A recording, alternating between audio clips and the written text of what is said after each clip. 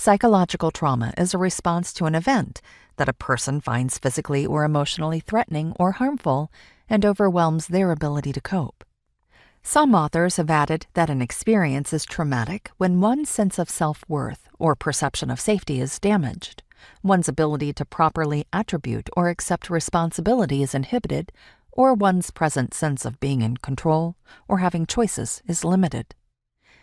Because people experience events differently, what's traumatic for one person may not be for another.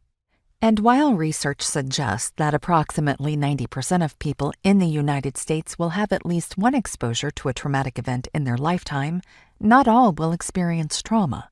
In a study that surveyed over 71,000 adults from 26 countries, the lifetime prevalence rate of post-traumatic stress disorder, PTSD, was 3.9%, and as of 2024, according to the National Center for PTSD, about 6 out of every 100 people will experience PTSD at some point in their life.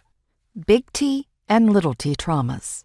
Sometimes people aren't aware their symptoms are connected to traumatic events they've experienced, and this is often related to confusion about what trauma is. It can be helpful to think about 2 categories of trauma.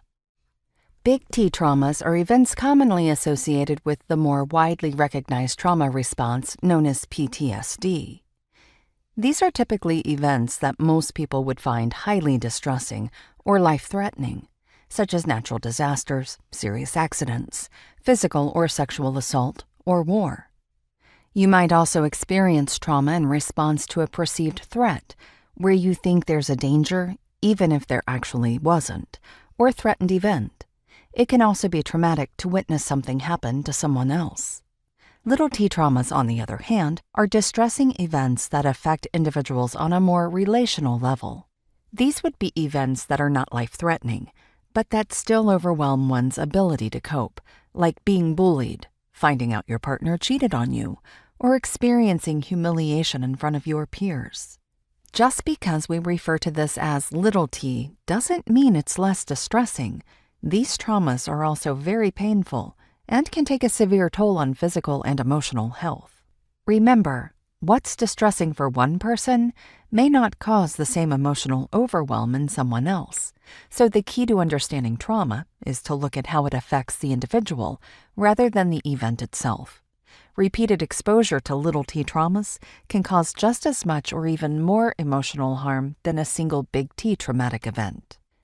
And while a traumatic event might be a single event, like a car crash, it may also be chronic, such as ongoing abuse, neglect, or discrimination.